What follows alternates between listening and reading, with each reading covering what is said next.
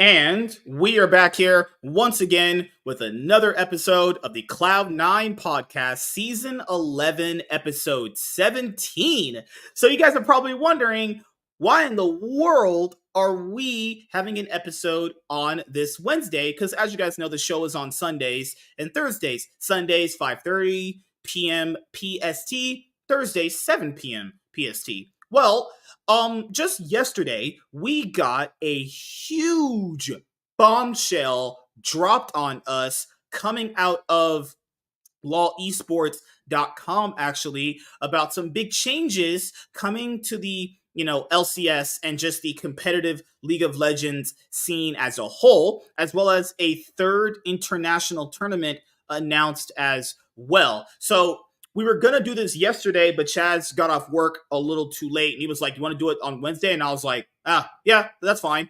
So we set up the time, and we're like, let's just get in here, talk about it real quick, because this is actually some really big news. But before we cover any of that, make sure you guys, if you're new here or returning and you haven't did this yet, subscribe to the channel. Helps out a lot. Leave a like if you enjoyed this episode of the Cloud9 podcast, and make sure you guys comment down below. And hit the notification bell. That way you can be notified on whenever I upload a brand new video or go live. I spent most of the day just getting content edited and done for you guys. And you guys will be seeing some really awesome content coming up. And by the time you end up getting those first few videos that I've been doing, it's going to be a complete train ride of more constant, really good content that I've been working on for quite some time. But I want to make sure I had enough of it to put out so you guys can see what I've been working on. But joining me in this episode of the Cloud9 podcast today to talk about League of Legends, Esports stuff is the chocolate sexy black man, Mr. Blanks. Speaking of trainers, do you think any of the orgs ever ran a train on a girl? I know T1 did back in the day. There's got to be some T1 groupies like after they won Worlds and they just let everybody tag team. Okay, you know that guy Juan Feng who plays for RNG now? Yeah, he used to be on Suning, and the I think it was a few days before the finals for 2020 because it was held in China. Yeah, they didn't even do it online. They did it in a big event. He had a girlfriend, and apparently he slept with like 12 groupies in one night. Oh hell yeah! That's the only time I've heard that kind of story. Like, the Asian girls are like such whores that they'll just throw themselves at the dudes. And some of the guys don't even know if they're underage at all. They but obviously that's hell no. Over in Korea, the girl could be 30 but look 15. That's why R. Kelly like go over to Korea. Hey, think about it. But see, that's the question I've always wondered. You don't think none of these orgs just like did a 5v1 team bonding exercise on a girl? 5v1, good lord. 5v1, just 5v1 dive? Yeah, like no summoners. Woo! Son's about to get summoned. Son's about to get summoned on a girl. She had no flash, Oh, she was flashing already. She was flashing them hungry. They got it. God, she had no clarity. She had no cleanse. They just dove that bitch. Oh, she got cleansed already. She got cleansed. Oh shit. Yeah. All right. So I know. Okay. So in this, we're gonna go over the Esports stuff, and then we never really gave our opinions on Fearless Draft. So me and Chaz were talking. We're talking about Fearless Draft, and I was like, "You're right. We never really actually talked about it, honestly." So we'll go over that later. So. Initially when the news dropped, I watched Travis's video, but I'll be honest here, Travis sucks at explaining shit. He made it sound I didn't watch Travis. I watched LS. I watched Monte Cristo's video. I watched Monty. I watched League of Legends. They discussed it, but didn't really go too detailed into it. Who else? LS again. I watched LS do it on the podcast. Or the stream, whatever. Yeah. Travis was like, oh, yeah, this seems like a good idea. But it's like, who are the teams that are going to be leaving the LCS? And do we care what teams leave CB low? It's like, it's Loud and just choose 5 teams. It's Loud and 5 teams. Just choose whatever 5 teams. Yeah. It's like, Loud's not going anywhere. Loud's the only team anybody fucking knows. Like, LLA's R7 and Esports. Every other team is pretty much like what's the word? what's the word I'm looking for? Was it you got Mm-hmm. like non-existent? They're irrelevant. Pun intended. Yeah, the only rivalry in the CB LOL that I've somewhat gathered from going on some of their threads, because they speak in Japanese, Yeah. so the rivalry right now for CB LOL is Ping Gaming versus Loud. So if it's not That, them, they know nobody else really matters, it's apparently. those two teams. Like it's like okay, and now we gotta keep 4 teams. It's like Mm-hmm. okay, they're about to get waxed. It's just gonna be Loud running the South, and now the North is gonna be divided into like 5 teams. Because But we gotta be, because let's go over a lot of this right now. So we're gonna go over. I think Monty outside of LS did the best explanation video. So we're gonna go yeah, over Monty's video because I feel like he and LS explain things the most easiest way and the most concise way for people to understand.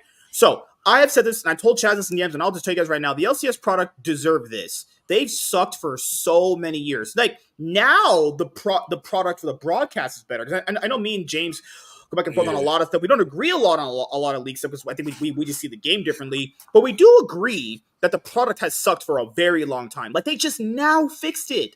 Just yeah, now. LCS guys have been LCS back in the day when the product was good before franchising. So like 2013 you watch it 27 Team the end of 17. 2017. Yeah, so Yeah, those 4 years, even if you go back and watch the LCS broadcast, it's generally good. It's fun, it's entertaining.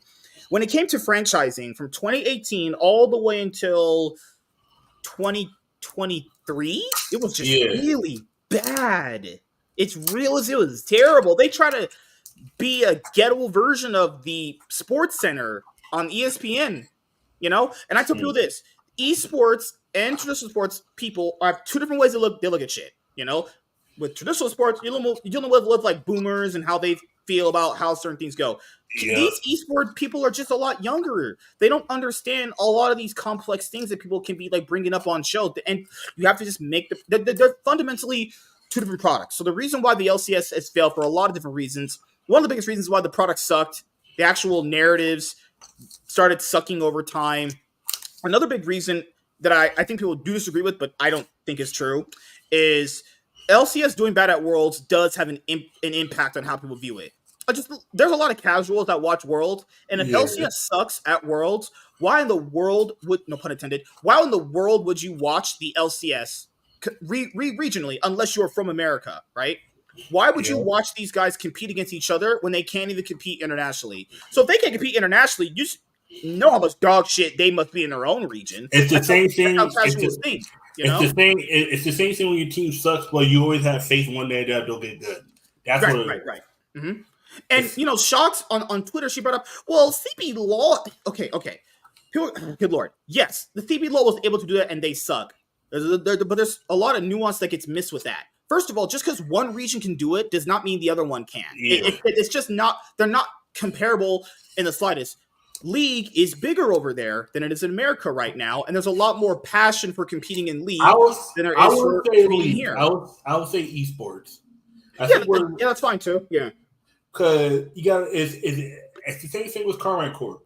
The people are a fan of the org more like loud fans who like League of Legends also like Valorant. Like Yeah. and it's like and they make content over there. Mm-hmm. Win or lose, like even when Loud lost, the chance to, I forgot who they lost to in the first round, where they needed to hit one goddamn tower. Oh, they lost to GAM. Yeah, they GAM who had a bunch of fill-in players. Yeah, and then Loud had their video saying that they got overeager, and well, it was always one of those things where you could tell like they were like heartbroken at what happened, but then they you watch their video enough, you realize that's how they play. They play so goddamn fast that they forget how to turn the brakes on because they're so used to just beating down teams. Like they're like to the point where they're like how D2 should be. Just beat everybody the fuck up. Go to the playoffs, beat everybody up, let everybody know who's the big dog. Stop giving teams hope that they can win. And just go in there CB and beat Lowell the hell knows out they're of them. trash. A lot of people don't understand this. CB Lowell and Brazil fans know they ain't shit. Yeah, But CB when it Lowell comes did a to good league. job at the CBLOL did a very good job at understanding that and going, hey, we'll just create a good product that the fans can enjoy, and then we'll just bring up our viewership that way. LCS, what's shocking to understand is the LCS never figured that out, though. They never figured out, we suck. Well, if you suck, you got to make it interesting for viewers to watch. I agree with Thorn on this. LCS should have just been like WWE, bunch of trash talk and a bunch of all that shit. That would have been the best brand for America. You know why they can't say that? Because last year they got top 8 when no one thought they was going to. And keep in mind, that was after years of failing too. The only one before that was just Cloud9 in 2021. After that, most teams have been kind of fucking. Remember, this is the same region where they couldn't even take a tier 2 turret, or sorry, a tier 1 turret in like a week of Worlds. So my thing generally when it comes to that sentiment is that it lacks just a lot of nuance there. The CBLOL realized they sucked, and they're like, you know what, we're trash, but we gotta make our product entertaining. If you make an entertaining product, regardless if you suck, fans will watch it. They will. It's just how it works, you know? LCS really thought they were always the hot shit, even though they always got destroyed at Worlds, and they never made a good product around it. Remember last year? Just last year, Tigris was talking about some TSM drama she didn't even understand. Yeah. She's on broadcast, barely able to shoutcast, and I'm supposed to believe Riot cares about fans. Mark Z, he brought up, we're doing a fan-first initiative this year. Okay, what the fuck was the product for the other damn 9 years? Were they not fan-first? And what the fuck was this all this time? It was probably it probably was fan-first, but it wasn't like, you know, we're actually letting you know that we're fans first. It's the whole thing with marketing. I can't believe he said that. That is like, what the fuck? It's like marketing. It's like when we're finally going to use real chicken in the meat. What the fuck you mean real chicken? What the fuck have I been eating at McDonald's? I can't believe he actually admitted that on stream. No, people, I shit you not. He literally said, "Hey, this year we're adopting a fan first movement." So what the fuck was the product the other years? Arguably, yes, it wasn't fan first because they should have known what the fuck they were doing. Maximum Tigris was fan first. Great picking there, Riot. Good job. Hey, she was fan first, definitely when she was moaning, get everybody, some good, you're fat material. Hey, man, you need a straight jacket. She was talking about, she was moaning on some shit. I was like, damn, girl, shit.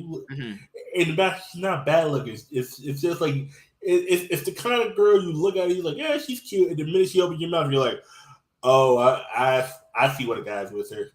And then it's like, okay, yep, she's one of those just bend over, face down, and okay, yep, gotcha. All right. Nothing good comes out that mouth. Only good things go in that mouth. Mm-hmm. It's just like, think about same thing with Kitty. Kitty started moaning. I'm like, Because, the other thing to bring up is, we've talked about this before, where we knew that given how successful the Americas system is for VCT, that they would try to do this for League of Legends.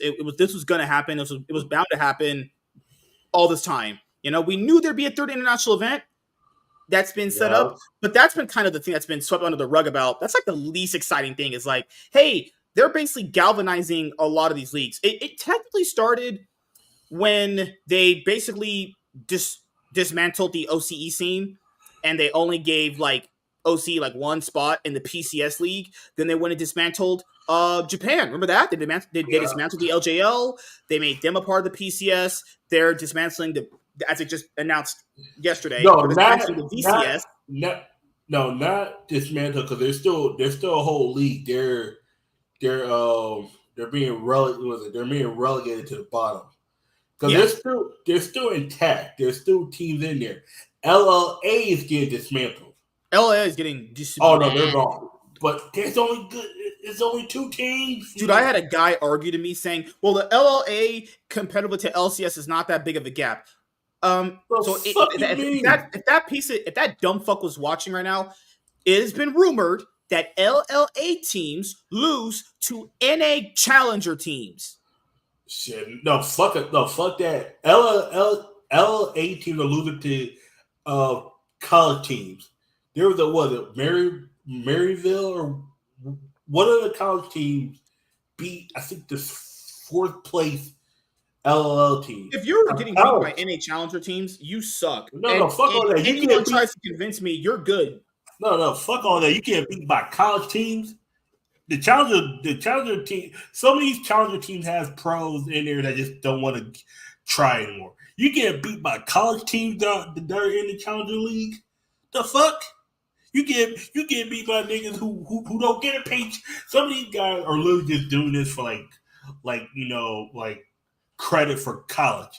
You get beat by motherfuckers that get paid what $100 pesos. You get beat by motherfuckers out here that only get free housing. That's it, and free food. They don't even get paid. Some of these, I swear, we know they don't get paid. We know they don't get paid. Some of these challenger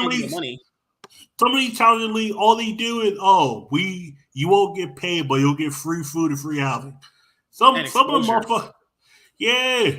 Some of those motherfuckers will take it. Like, what? Free food? Shit. Free exposure. I know Diamond would like free food. No, shit. Shit, Diamond and Meadows. Another big problem. Imagine those two teams. Imagine those two on the team. All the KFC be gone in one day. Never go hungry. Just saying. Shit, there'll be no food left. Another big thing that really hurt a lot of the teams with money is Riot forced the teams to have academy teams. And we knew that, well, I always knew that was not going to work. Because first of all, it already costs a lot of money running an LCS team. Now they have to basically pay another bigger portion of the money they got from, venture capital into an academy system because, the LCS owners build the franchising thing of like, no, we're going to build talent, which was always mostly a crock of shit. It was mostly always Cloud9 and insert one other team there generally doing it. Yeah. Factor in all the money these teams wasted, their venture capital money on academy teams. Cloud9 posted the numbers. Cloud9, the most successful org at doing it, said they couldn't financially reasonably do it anymore. All the years of money wasted in that. Just wasted. They were just literally just wasting money, throwing it down a drain for no reason. Chaz, you're on this one right now. Chaz has almost as many subscribers as the NACL YouTube channel. They launched a NACL YouTube channel that has 205 subs. Yeah. Nobody gives a fuck about that league. Why they ever launched a YouTube channel for it blows my mind. I guess they want to build it so it has its own brand. I guess, whatever. But damn, that's pathetic. The issue with the NA Challenger League is like half of the players are just players who are in it, and it's almost the same thing like an LCK. Some of these guys could be good enough to be in the LCS, but the issue is like they really cut 2 teams, and they cut any more teams. The Challenger, this is what's gonna happen. Mm-hmm. If you cut any more teams, there's 2 things that's gonna happen. You don't take any more imports because no offense, the imports are better than 90% of the Challenger League guys. That's the sad part about it. Like, think about it. Would you rather have Insanity or Poby? Like, most people. Insanity. What about that top laner they have on the T1 Academy team? That guy's actually pretty good. Isn't his name Smash? Yeah, something like that. Whatever his name is. He's actually pretty good. The team should grab that guy actually. But oh no, wait, Carmen Corp, we got Kana. Yep. Oh, another thing to bring up. I will agree with the Brazilian fans. It is kind of really sad that Brazil built up their own fan base and they built up their own audience that really is dedicated to watching their shit just to have it being galvanized to save a dying product that is the LCS. I do understand the frustration with that. I fully get that. I feel like that is generally unfair. But I'm gonna tell you this: that was always the player if you think about it, because that's Riot, CBLO was getting carried by 2 teams. Yeah, like no offense, CBLO was dying too. You get carried by 2 fucking teams. LCS is getting carried by 2 fucking teams. Cloud9 and Team Liquid, like their history. Sometimes you throw in a flag quest. It's more about the players half the time. Like, okay, it's like. You saw the energy once in a while. Before that, it was TSM and CLG. And where they at? Gone. Like, hey, I'm just saying, Reginald. As much as people don't like that guy, I don't think he's that great of a guy either. He was really ahead of the curve when it comes to like LCS not being a sustainable product. It wasn't. It could have been. They had so many opportunities to make this thing work, but he didn't. He should have sold the team back in 2020 if he had held out, he would get paid so hard right now for what they're about to do. I don't know how much he sold to Shopify Rebellion for. Probably was way less than what he gave Riot, because TSM were a grandfather team, so they only paid like 10 million. And rumored is these orgs didn't even finish paying off their franchise slot payments. Remember, they froze those a while ago because they couldn't afford it because they weren't making any money. Imagine that. Riot asked for $10 million for these slots. An astronomical number they just pulled out of their ass. 10 million. They know orgs didn't make any money. They know esports doesn't make enough money because they think the money that they make is what other people make. And it's like, that's not even close to how that would work. And a lot of I know I can't really say these words here, but I know a lot of fans that potentially might be younger esports or more like the communist, just the social people. They don't really feel like they should be paying for stuff. And since esports kind of pushes like a younger demographic, a lot of these guys are a lot more getting out of the public school system. They don't really feel like they should be like buying a lot of stuff. And that's the thing, is there's not a lot of fans that buy a lot of the esports orgs products. There's not a lot of money invested into it. You know, you bring up the fact that, hey, what if the LCS or any of these leagues had a subscription model, $5 a month for all of them, like Netflix could do? How dare you tell me I gotta pay money for stuff? Motherfuckers out here paying $12 for Netflix to get like 2 screens. No, fuck all that. Fuck that. People paying $12 for YouTube for no. People paying HBO Max $17 to have ads. Yeah, it's like shit. And you people are bitching over $5. You need to get a job. Like, because there is no sustainable revenue coming. And people say, what about media rights like traditional sports? You forget, Riot screwed that up. Riot screwed that. We don't have media rights things. Most of the reasons why traditional sports can make as much money as they do selling media rights to different companies like Time Warner, YouTube, all these other big guys. But the issue is also LCS doesn't have that. Riot screwed that over a long time ago. There is no ever media rights deal ever again. Riot already killed that.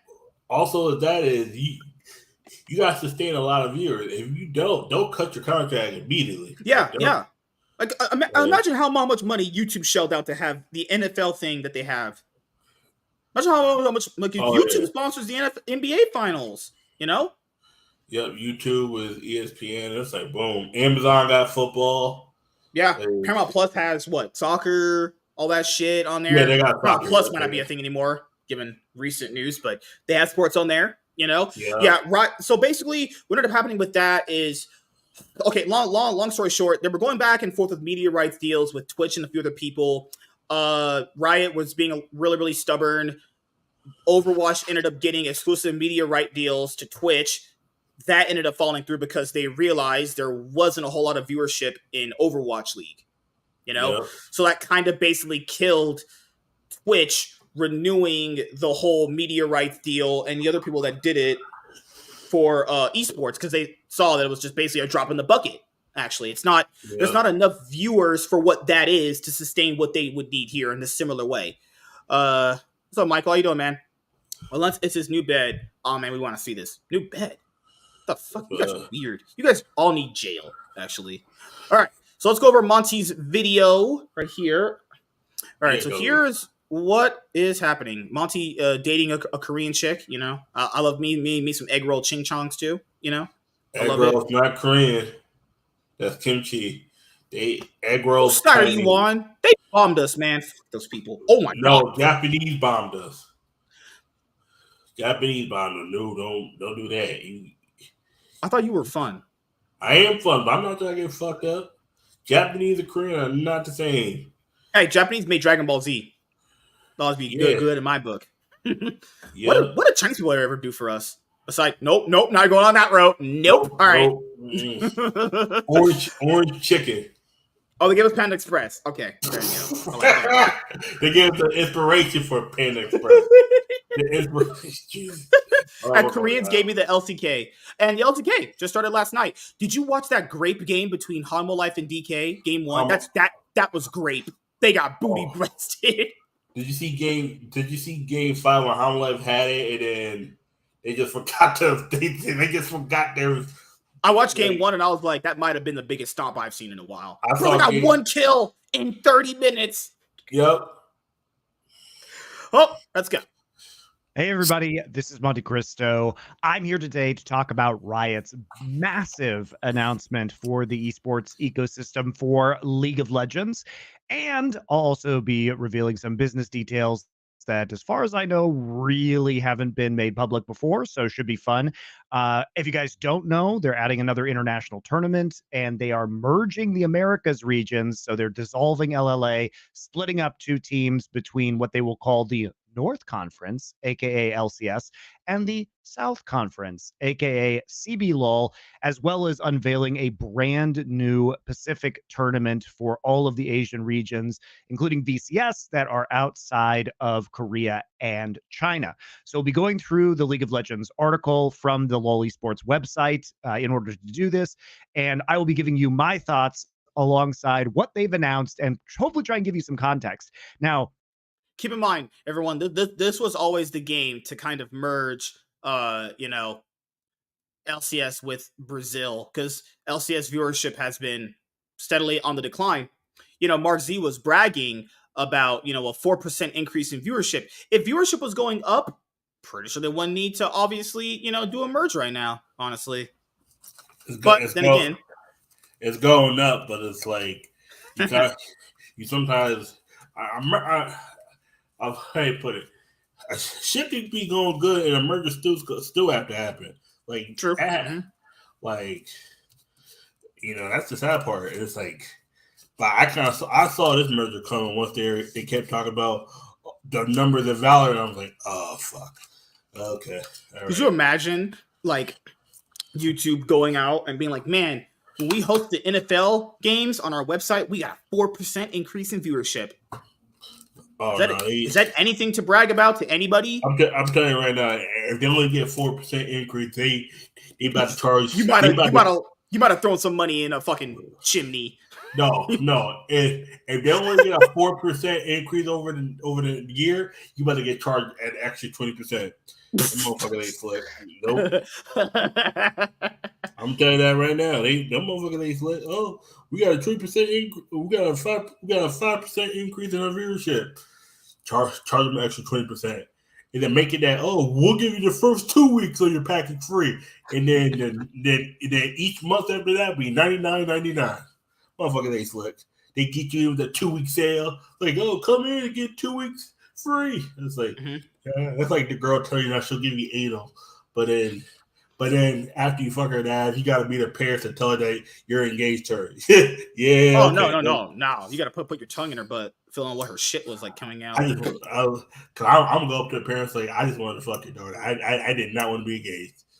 Woo, you better run. Dude, I think it's overall quite a good change, and I am excited for it. And I think it's very important from the business side that many of these things be done for the long-term health of League of Legends esports, even though, as you guys might have seen, this isn't too popular with the Brazilian community. So let's get into it. All right. So we have this amazing blog article, LoL Esports, building towards a brighter future. Oh my! Can we please stop? This is how you know Riot has no balls as a company. Like, fuck. At least with Konami on their little gay blogs that they still do after all these many years, at least they'll put someone's name in the freaking blog, and it's not by Konami staff. League, after all these many years, is still, look at this, written by LoL Esports staff. What the fuck does that even mean?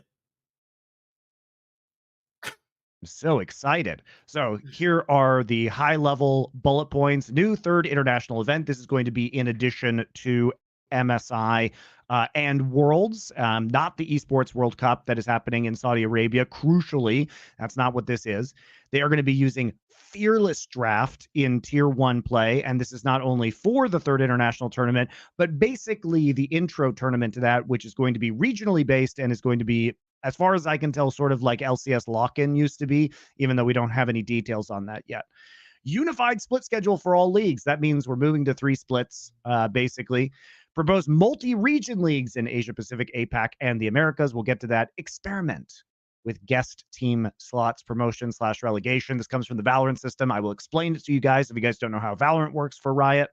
And new international event league slots. Sort of.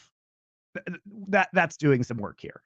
Yeah, because given how the new system might work, there actually might be, because they're combining them. You forget. So if you guys don't know, basically, long story short, before he gets to it in the video, LCS, if you win the split going into Worlds, obviously your first seed.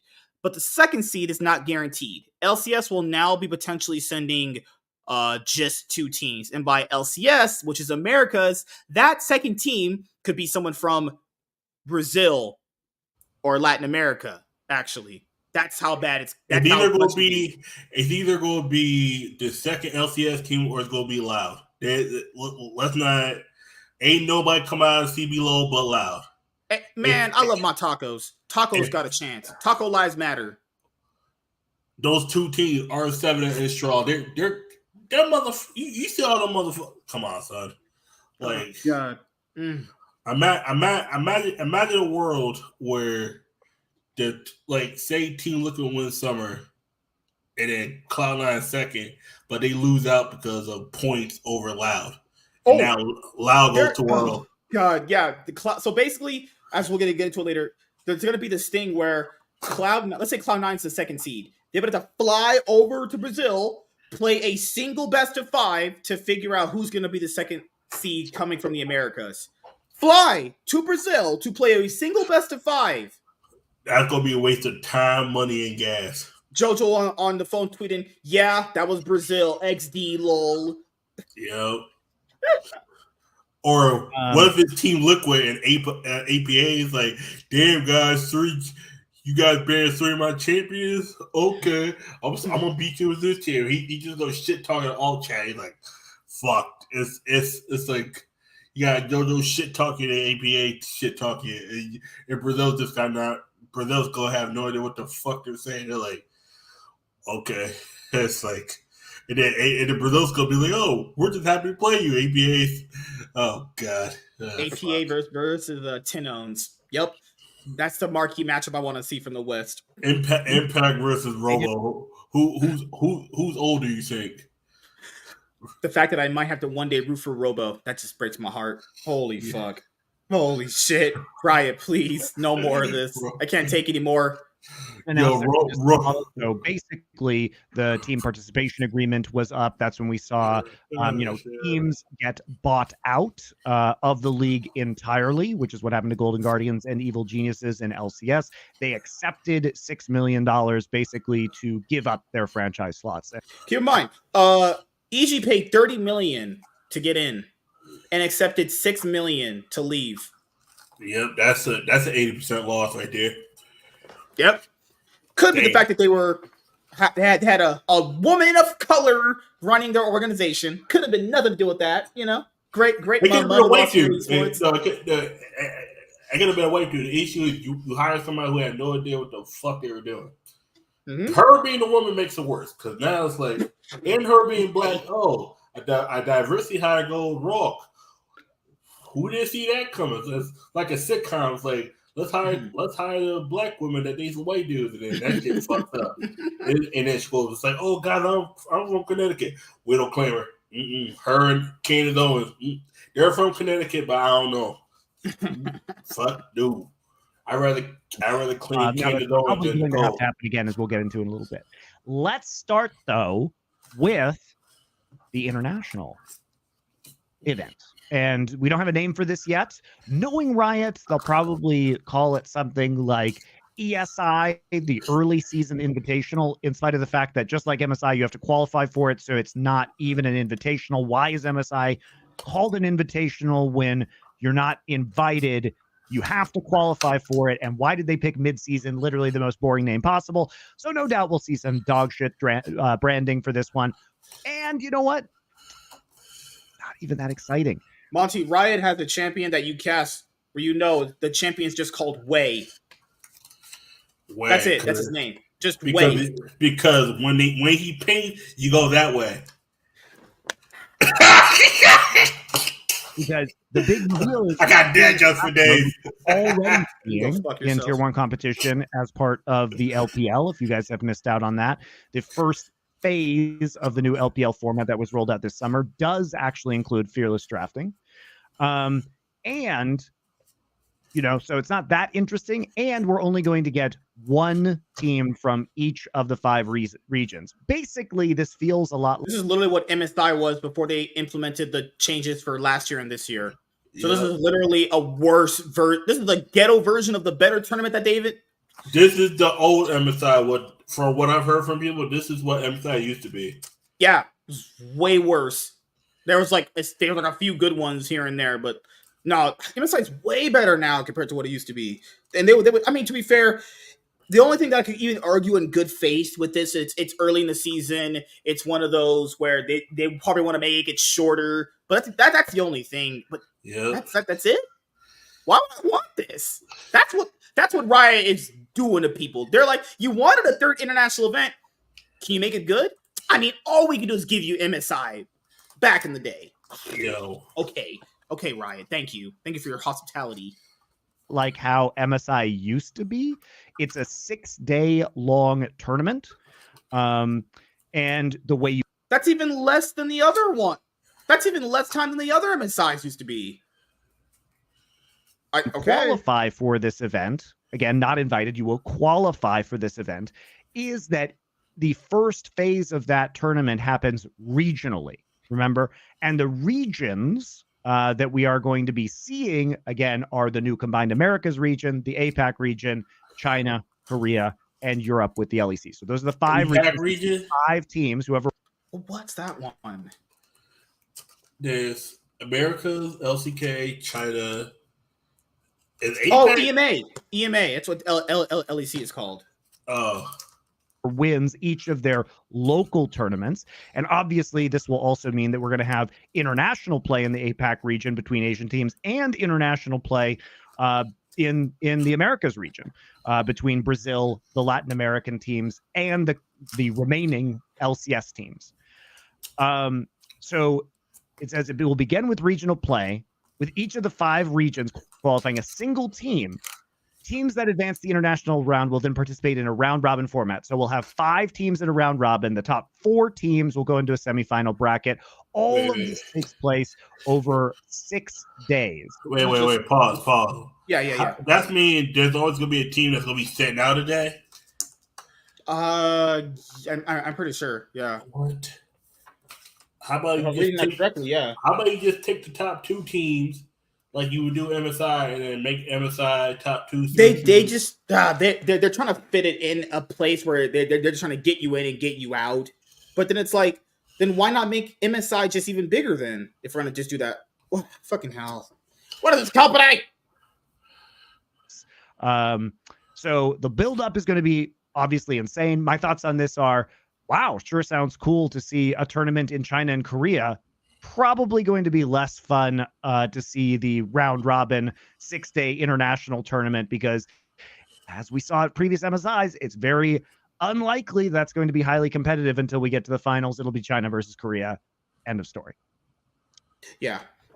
So while I appreciate the fact that they are moving, creating new international tournaments, this is a pretty milquetoast way of. Yeah, because it's pretty unclear. Like, I'm in the article, it's just like one for the Asian League, and is it one for just the West? I'm not sure. I'm not sure, actually. If it's just one for the Asians, whatever, I'm cool with it. I guess we see PCS versus Gen G again. Can't wait to watch that. Doing it, in my opinion. So I'm excited for the domestic part of this, less excited for the actual crowning 6-day tournament.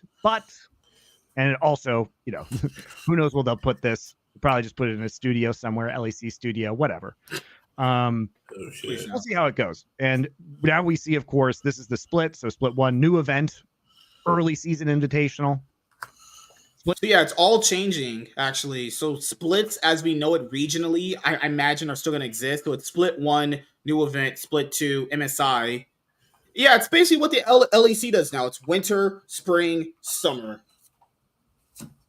Okay, I guess. Split 2, that qualifies you to MSI, 2 teams from each of the 5 major regions. Split 3, that's where we get the regional champions. 3 teams from each region will qualify for. Okay, so my question is, if MSI is still going to be 2 teams, since this is just called the Americas, could there be a world where it's just like Team Liquid and random team from Brazil? That would count as the 2 teams from America? Yeah. Yep. No, the way MSI is going to be, it's going to be like that. So I could get Loud versus T1. Yes. Robo versus Zeus. Ken Owens versus Toby. 4 If it's teams. possible. If you include the MSI winner region and the MSI runner-up region. So for MSI, they're still giving the extra seeds to Worlds, which again I don't like. What can you do? So there will be 7.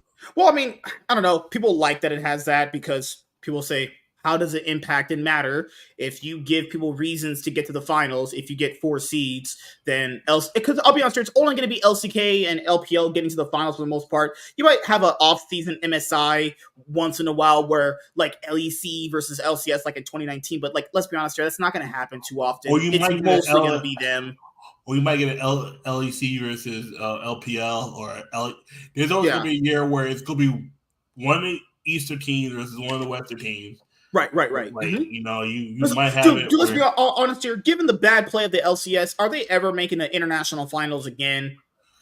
Is the only way LCS ever gets 4 seeds anymore is if they make MSI finals. That's it. Or they win the 3rd place match to get into win the lower bracket final to get in. Actually.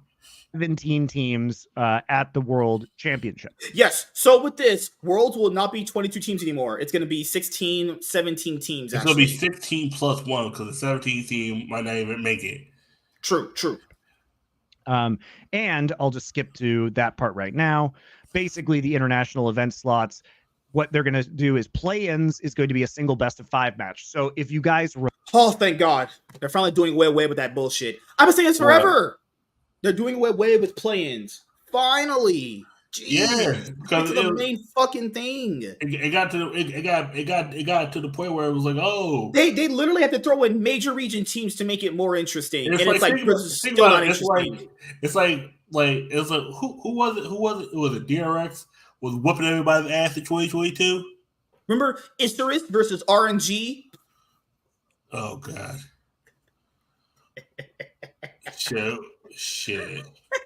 Oh shit. They had to literally put in major region teams to make it a lot more interesting. It made it so bad LCS teams that are just basically ain't shit would whoop on these guys. It's like shit. Was it T1 this year in the playing stage? It was like practice. Like, why are they here? Why are they guys, the playing stage got so bad for how they used to format them for MSI, even just this year and Worlds and things like that. The defending world champions were in a playing stage. Was just whooping everybody's ass. It was like... This is the T1 that also can't scrim properly because of the DDoS attacks that they went through. The defending world champions were in play-ins. They were using play-ins as practice. That's target practice.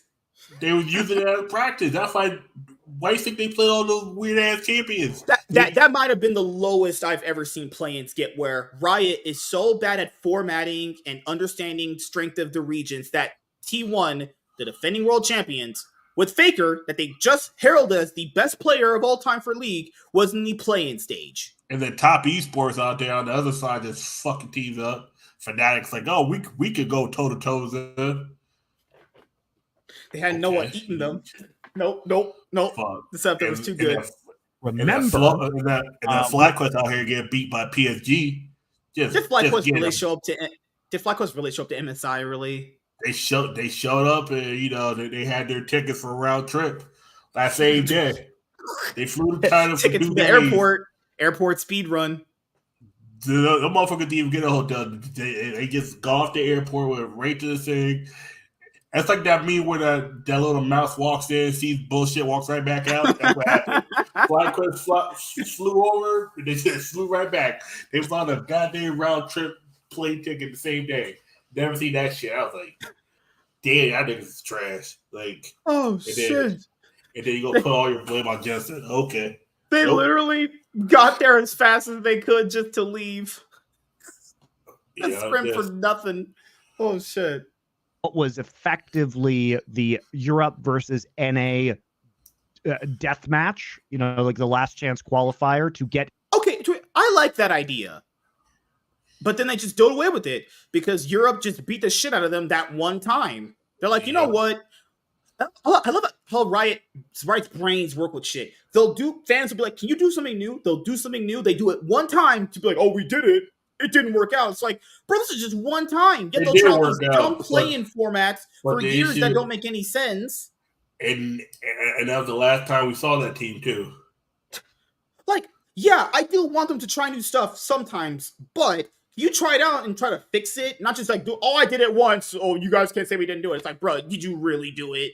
Come on. Get these garbage playing formats of having playing stages have existed since 2017, people. 2017, we're just now getting away from them. Next year. One slot granted MSI champion, one slot to second best performing region. Okay, what if the top 2 teams in the finals are Korea? That's me. Is whoever's third place 8 seeds. That's me. Oh god, just imagine just basically Worlds is just the LCK. Oh fuck, man! Just have a Showmaker versus JoJo PL. That's gonna be fun. Into Worlds that they ran 1 year. That got you into play-ins, right? That BDS won. That means that now we can assume there's no more play-ins because the winner of that best of 5 goes to join the other 15 qualified teams directly in the Swiss stage. So we basically... And Riot, I love how they did away with this World qualifying series thing they tried at one Worlds event, only to have this be applicable in the Americas region coming up, where you have to go fly over to a country to play one match, to decide anything. So I love how they do away with something, but then implement it in another way, which is the same shit.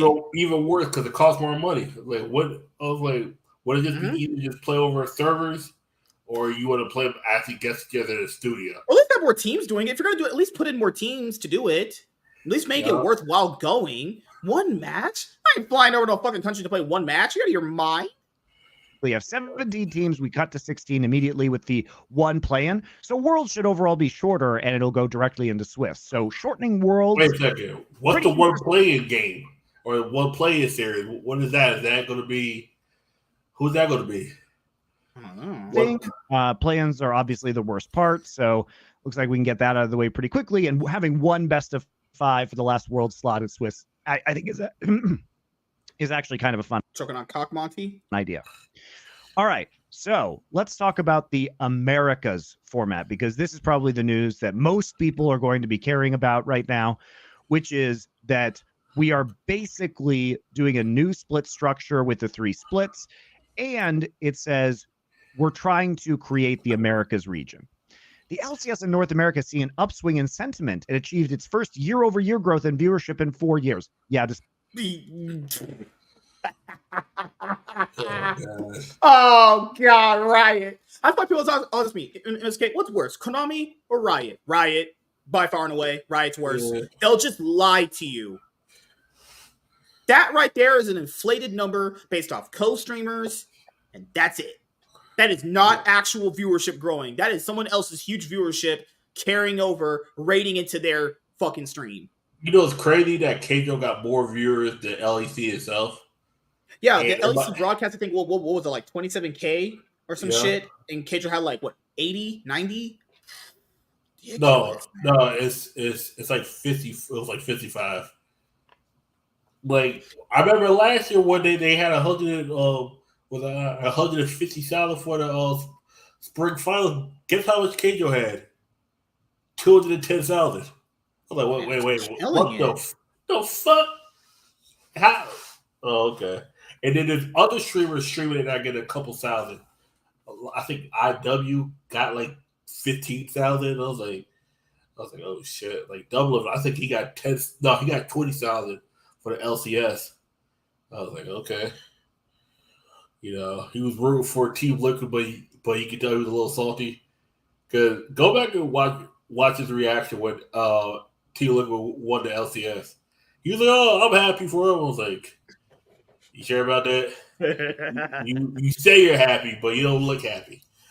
Despite the fact that it's down like over 50% from its all-time peak. And also, if the LCS is doing so well, why are we combining it with Brazil? Shouldn't Riot's dumb and they're stupid and they lie constantly. It just be on the upswing forever? It couldn't be possibly that you milked all remaining possible viewership by adding co-streamers and then claiming it went up as if this was going to be a sustainable growth pattern over time. No. No, you have to do this because the reality of the LCS is that it's in a viewership death spiral and nothing you can do without combining regions is going to save it, because you need to actually get people excited to watch this league again, which nobody is unless you actually create international competition, which is fine. Hey man, hiring Le Tigers to moan. I'm pretty sure that was a new way they were trying to get viewership. Just maybe not that viewership they wanted. I think this is, I agree, by the way, put that on OnlyFans. Guys, I would do the same thing, to be clear. And I think they've done it in a pretty clever way. So basically, they say Brazil CBLOL is more popular than ever. Now, obviously, LLA is not a franchise league, and it's seen an uptick in engagement this year as well. It's obviously very small. Like that's not going anywhere. So the dissolution of LLA is not really, in my opinion, a very big deal. And as we look at this structure, basically, here's how it's going to work. So each conference, remember, there's North, which is basically LCS. Are they going to keep calling it the LCS? Who knows? Are they going to call this the America's League or something like that, like they did in Valorant? So they have 6. It would maintain 6 of its existing partner teams. Now, I'm going to point out something here. Yeah, the partner teams from the LCS, they have partnership agreements. So they would have to restructure who's going to be in their new partnered system, actually. That means we lose more people, honestly. Who's just going to be gone now? I've already said Immortals is one of them. It's rumored that 100 Thieves might be. I don't know how strong Nate Shot still feels about being a part of League anymore, That would be crazy if he wasn't a part of it. That would be great. These are the two teams I know. These are the 2 teams I know they're going to be there. Cloud9 and Team Liquid. Every other team's up in the air. People talking about, NRG put all this money in there. You think Riot cares? Yeah. I was like, no. Riot give a fuck about that shit? No, doesn't mean NRG won't terminate. It don't mean that. Like, since they're stuck by Rebellion, they'll pay off for that and then be like, oh, okay, yep, we're going to lose the money? All right, cool. Dignitas, people say, oh, Dignitas just, I'm there right now. If Dignitas bombs out, they might be the second team. If Dignitas get offered enough money to leave, that motherfucker is the org owner. He leaving. He ain't in this shit no more. Like that nobody else has pointed out, which is there's a very key load-bearing word in this entire section, which is in developing the newly proposed model. Now, why would this just be a proposal? Well, guys, it's because CBLOL and LCS are franchise leagues. And because they are franchised, they have to actually get the teams to agree to reduce their numbers, which means buyouts. And probably some of these teams are going to see this as a pretty nice time to negotiate some hefty buyouts with Riot. So they will have leverage in this situation. And just because it's being proposed here publicly, guys, does not mean that this America's League is what is actually going to happen in 2025, because they have to arrange buyouts with the teams, exits with the teams that have purchased these slots. Now that they know they want to do this, if I was a team, I would have a lot of leverage in order to try and get as much money out as possible. It's not like, what we saw with EG and Golden Guardians, where they were kind of incentivized to leave because they didn't know what the future of the league was. The thing is, now that you actually know that this is happening, it probably increases your faith that this is going to be a successful product, among other reasons, which we'll discuss in a minute. And that means that probably people are going to be they're going to be more reluctant to leave this America's League, because they want to see how it pans out. They want to see if it will be successful. And if they're because they're changing the pay structure from revenue share to stipends, which obviously is a lot more lucrative for the teams right now. That's when people have said, TSM, I wish Reginald had stayed. I'm like, I mean, do people really want TSM to stay in the league, actually? I don't know about that. Their investment in these partnered slots was going to be worth it. So I really wonder how this is going to pan out. Now, the other danger, the reverse side of this, is if you offer too much money, well, maybe you lose more than 2 LCS teams. You lose more than 4 CBLOL teams, because remember, there's 10 CBLOL teams right now. There's 8 LCS teams. You got to get down to 6 of each of those, 6 in each conference, 6 in North, 6 in South. So how do you... Yeah, they're going down to 6 teams in the LCS. We just reduced to 8. Now we're going to have 6 here, actually. 6 teams in the LCS. Or Americas, whatever the fuck you would call it, for the North Conference. God, it's going to be so weird to call that a North Conference. That just sounds gay. The Northern Conference, you go, the North Division of the or Americas or the South Division. I would say effectively here with this model, yeah, the LCS is over. This will be the last split for the LCS actually, or as we know it currently right now. Put down to that number. I'm curious what their plan is. Obviously, they have one going into this, but it does seem to give the teams a lot of leverage when it comes to negotiating buyouts from Riot. Obviously, that would depend too on the niceties of the team participation agreement. Maybe there is a hard number in there, but I do not know that. So effectively, each of these 6 teams would be joined by one team from the LLA. So they're dissolving all of the LLA except for 2 teams. One goes in with Brazil, one goes in with the LCS. Yes, so either F-Straw or Rainbow 7. That's who we're going to end up getting. Coin toss between them both. Yep. So LLA will be gone. Damn, crazy. Probably people want the LCS. Someone went over there to play in Rainbow 7. He's probably coming back over here. Oh, shit. Want a little bit more. And then they're also adding promotion relegation through the Tier 2 system. Now, this is very similar to what Riot has done in Valorant. And if you guys are not familiar with the VCT, effectively, instead of selling franchise slots, Riot gave teams a partnership that comes with like $1.5 million stipend, something like that. And this means that you have a permanent slot as long as Riot doesn't choose to remove you, but it is, as far as I am aware, at their discretion. And then there are other slots in the VCT where you can't. They kept EG. They kept EG slot there. So all that Riot shit don't mean anything. Riot will keep you no matter what. Like, these people in this company could sort of murder someone. They would still find usefulness for you in their league. And actually promote, but you can only stay there for a maximum of 2 years before you are then kicked back down into the Tier 2 scene. And you have to fight your way, compete your way back up to getting into one of those promotion slots, right? And this sounds probably something very similar to that, in that we're integrating NACL, and there is going to be a team that promotes there. So we have a total of 8 teams, 6 LCS, 1 LLA, 1 promotion team to motivate. Yeah, so I would say this does make the challenger scene worthwhile now. You could potentially now promote in. Because before, the reason why it was generally worthless past 2018 onwards, because there was no more promotion relegation system because of the franchise league slots. You can't promote in a franchise league because you pay for permanent slots. Motivate people and hopefully have some good stories out of that. Now, obviously, having the promotion back in is exciting. It's worked well in Valorant. For example, G2 has been doing very well, and they promoted in NA. Actually, G2 got second place. They ended up losing to 100 Thieves in the final. Boostio kind of... Yeah, the guys were named Boostio and Boostio. Yeah, Boostio was putting his cock out on the table in some of the games. So brands that are motivated and teams that are motivated, we've seen do well, not only domestically, but in G2's case, like internationally, very well in Valorant as well. So this is an interesting system. I think it gives people what they want, which is that it gives a reason for the Tier 1 teams and the LLA team to continue to perform and not be outperformed by somebody coming in from Tier 2. Gives people a reason to invest in Tier 2, because presumably if you get into the Tier 1 echelon of the North or South Conference, you'll be receiving that stipend from Riot, which gives you a lot of money. So I really like this. It seems like it's going to be pretty good.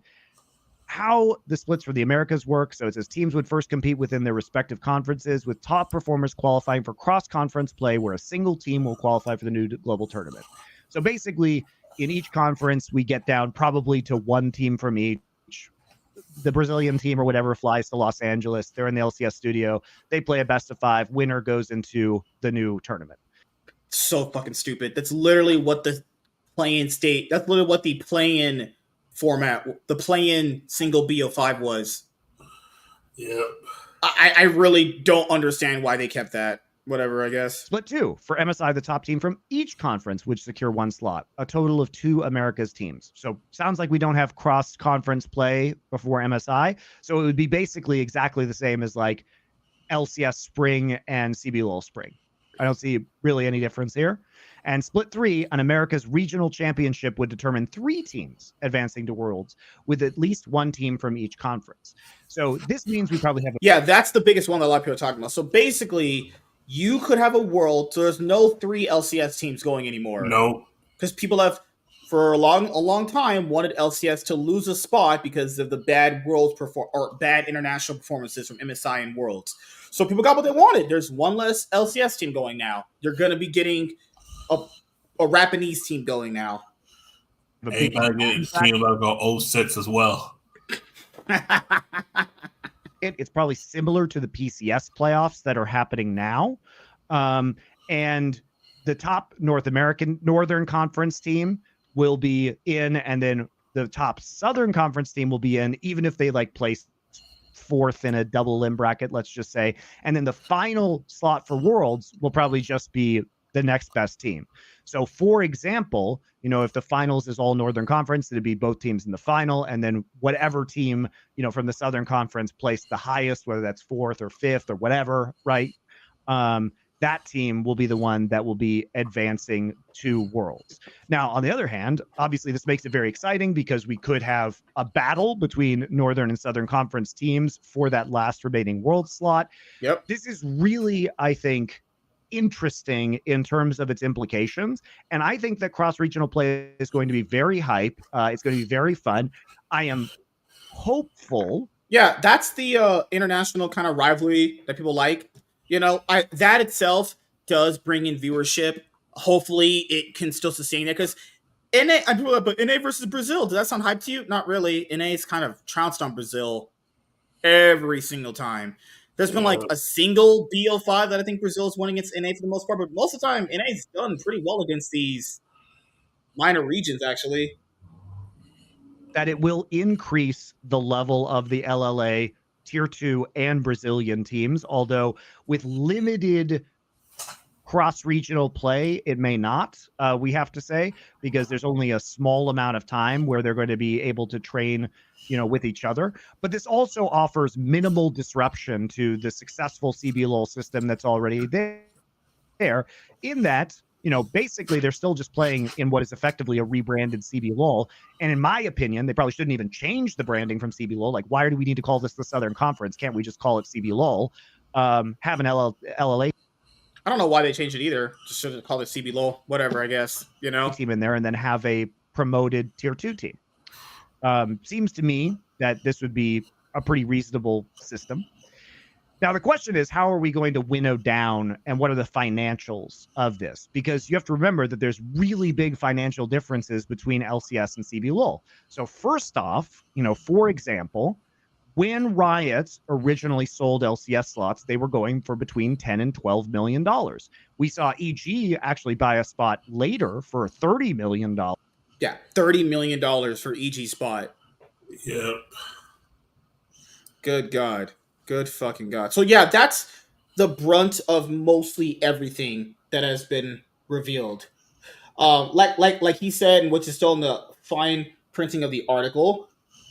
And what do you think about all these changes? I mean, this was bound to happen.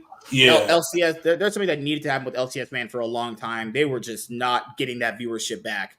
This is just their way of salvaging the viewership, and hopefully it works out. Honestly, it's really just all what it boils down to.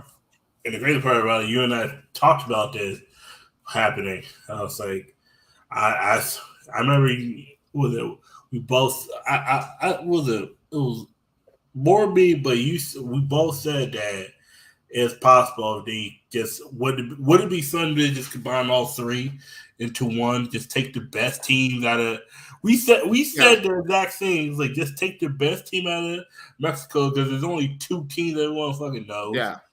It's a lot of pain gaming. We were talking about keeping the LCS as it was, and just taking the two best teams out of LLA and CBLOL, just putting it into the LCS.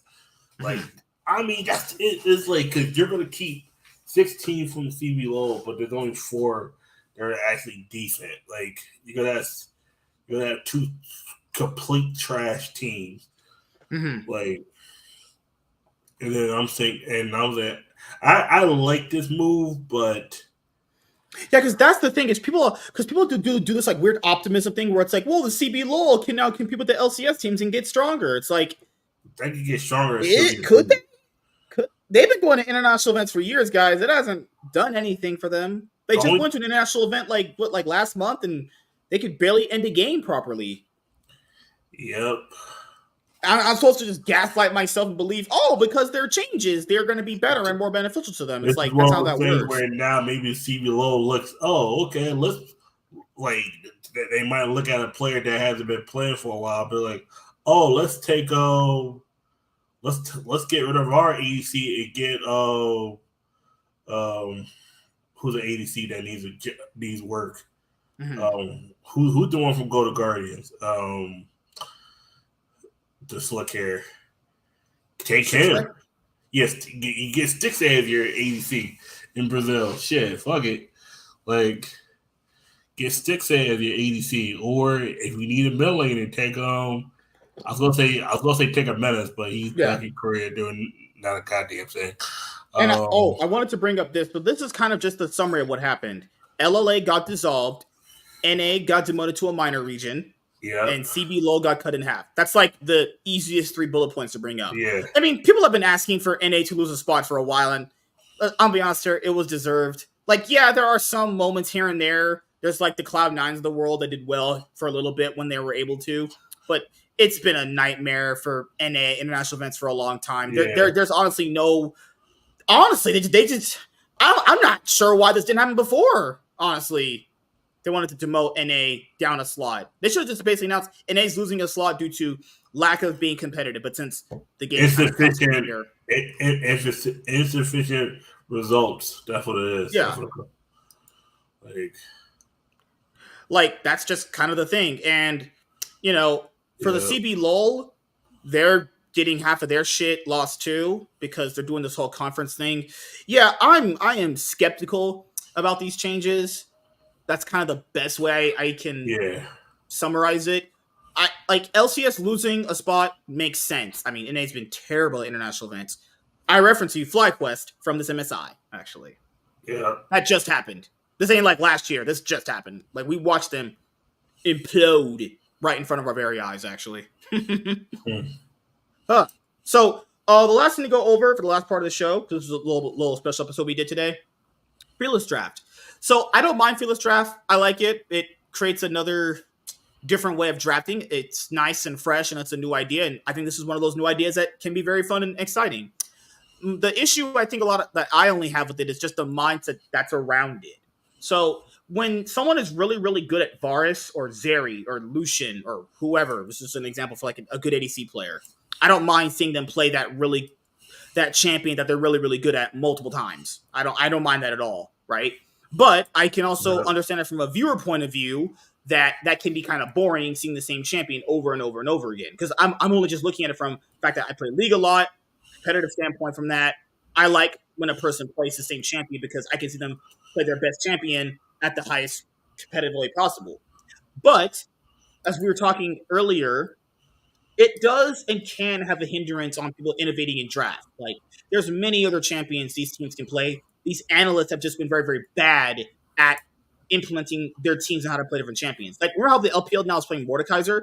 Yeah. And when you think about it, there's no reason why Mordekaiser should not have been played, honestly. Mordekaiser is great champion. Just for pro play. It's everything a pro play top laner champion needs.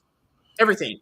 I remember for a while there was certain not bugs, but the gameplay, certain champions weren't like advertised to be played.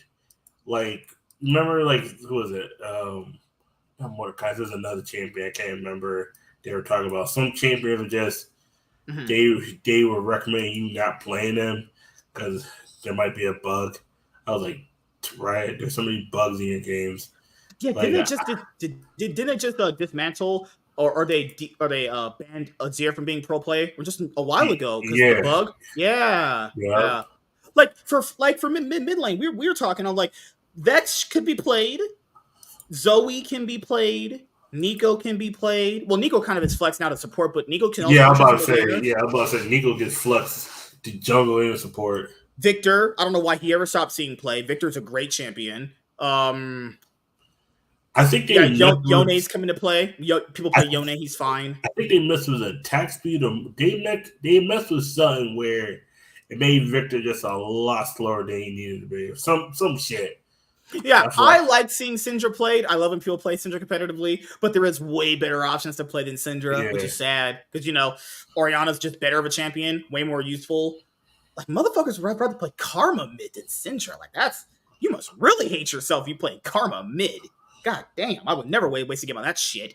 So Okay. yeah, that's just my Right. thing over the fearless drafting. I do genuinely like it. It adds in a lot more draft diversity, but I also don't mind seeing someone play their best champion 50 games in a row. It has no bearing or effect on me. I would love to see Knight play Ari more, but Ari arguably should be banned because that guy's just an animal on that champion. So, like Keria. Keria plays Bard very well. I actually learned a lot of moves from Keria playing Bard that I even implemented. If he only plays that one game, I'm like, that fucking sucks. I want to see that guy play Bard more, honestly. But he won't have that if you do Fearless Draft. So there's pros and cons. Ultimately, I think it is better for the viewer overall, which is what Riot's really trying to focus on, is grabbing in more viewers, for international tournaments, even more than what they have now, and some of these conferences that they're doing right now. So, yeah, man, did you want to say anything else before we closed out of this episode, actually?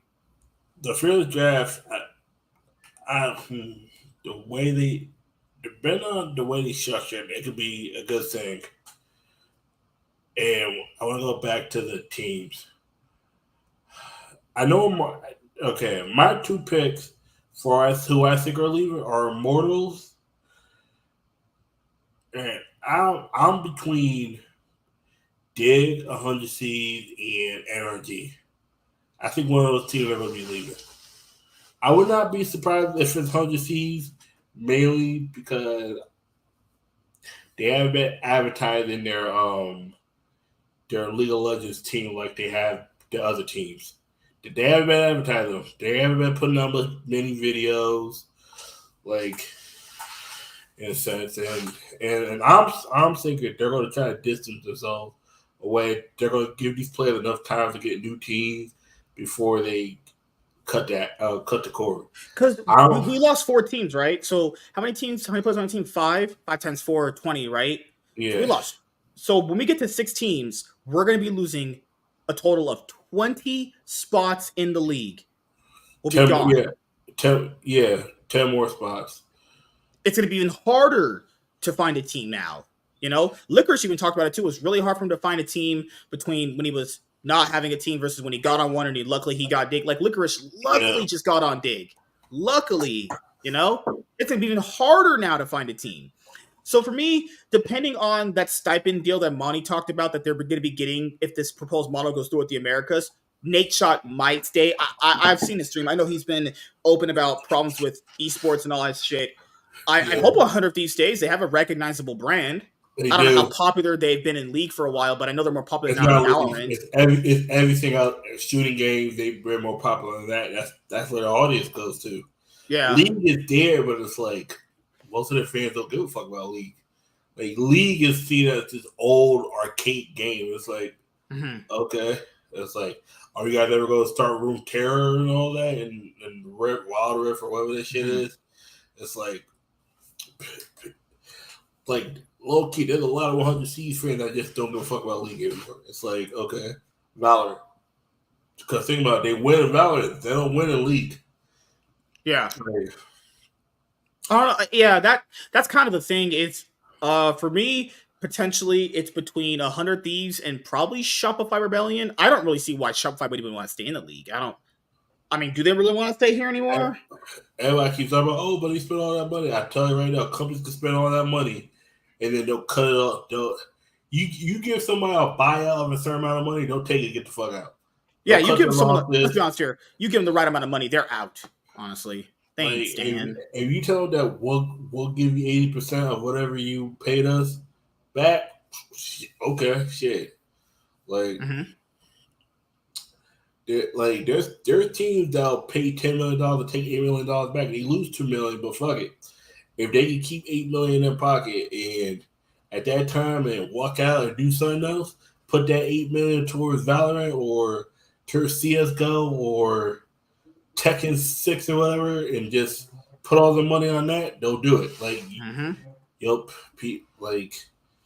Like, because in this case, like esports make a lot of money, but also lose you a lot of money. It's one of those things where you sit there. It's like, because I'm definitely saying IMT's definitely leaving. If they're not leaving, if IMT stays after this, okay, I got to give it to them. They are dedicated to this working. I will give them that. They're dedicated to fresh ILs. They are dedicated to the bottom. That should actually be their fucking brand name. Bottom bitch, just yeah. Oh, that's the video I gotta make. I gotta make that Pokimane editor jerking off video. Oh my god, I saw that shit. I was like, yeah, I'm gonna put Pokimane down for someone I have to talk about in my videos. That's one of those you don't tell. You sometimes take shit. You gotta stop doing that shit, man. People just be telling people too much shit these days. Like I tell this day, everybody say, "Oh, we should tell that girl you like that you like her." Shut the fuck up. Shut the fuck up. Yo, let me tell her. Like I said, I'll take that shit to my grave. She was lying. Well, yeah, show me that, because then I'll go over the video. I can still use it, even if she was or wasn't. I can still use it. It doesn't matter. Send the video. It does not matter. I was gonna say, send the video to my Twitter or put it in Discord. I can still go over. I'm gonna go over the Alyssa Mercante Vera Dark, where Alyssa Mercante backed out because she's a fucking little bitch. Put that video in Discord, and then I'll send it to MSK. Yeah, give me both. I'll just go over both. It would serve the same purpose anyway, even if she was lying or telling. I'm not gonna lie. I wouldn't be surprised if Pokimane lying, because I saw a clip where Pokimane had her cookies and Duke Dennis was like, "Hey, Kai said, how you like the cookies?" And I read it from 1 to 10 minutes. You cookies ass. And then right. He said the cookies were dry as fuck. I remember that one. Yeah. And then they asked him, how much do you think these cookies are?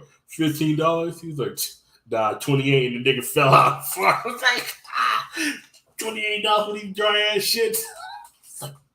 Duke ain't shit, but I would have been the same way. Like, I ain't paying $28 for a small bag of dry ass cookies. The fuck? $28 for some dry ass? Nah. If I'm paying for $28, some cookies, them cookies better be on point. Not no dry shit. Oh my god. Oh fuck. Talk about dry shit. Oh my god. The LCS starts back up this week. Oh yeah.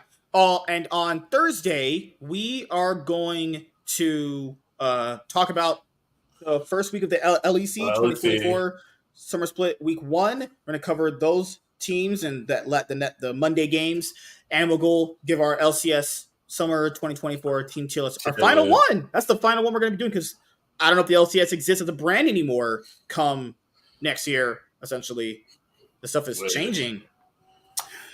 Yeah, man. Anything you want to tell the audience that you're working on? You want to chill when we head out?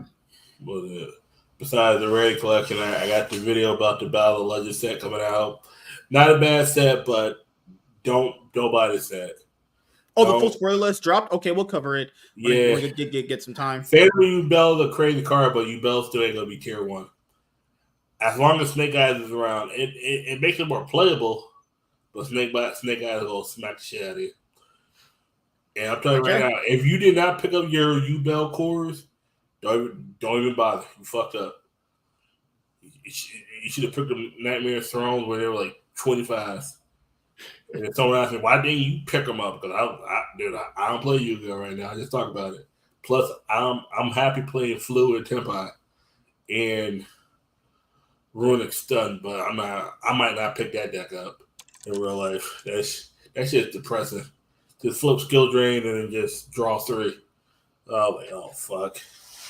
Feels like I'm playing fucking Mythic Mine all over again. So yeah, we wanted to make this episode for you guys because we wanted to cover the big news that ended up happening. So to summarize up everything, LCS got demoted. CB LOL half gutted. Third international event, LLA dissolving completely except for 2 teams. Conferences are split. North American, South American. There's going to be 6 teams for both, plus the LLA team. That's it. Okay? Just want to make sure I summarize that for people. And yeah, we knew this was going to happen. Riot, you're trash. You deserve this. LCS deserves this. Your product fucking sucked for a long time. You squandered the VCS money. And you last year hired a moancaster with a butt plug inside of her. Hey, yo, a butt plug and a vibrator on her, man. Yeah, Lord. And yeah, finish this up for you guys. And as I finish, Chad's off. Hello? So, thank you guys for watching this episode of the Cloud9 podcast. If you are a returning viewer or a new viewer, then please subscribe to the channel if you have not already. Leave a like on this episode of the Cloud9 podcast if you enjoyed it, and comment down below. Also, make sure to hit that notification bell. That way you guys can get notified on whenever I upload a brand new video or go live. And we will see you guys later.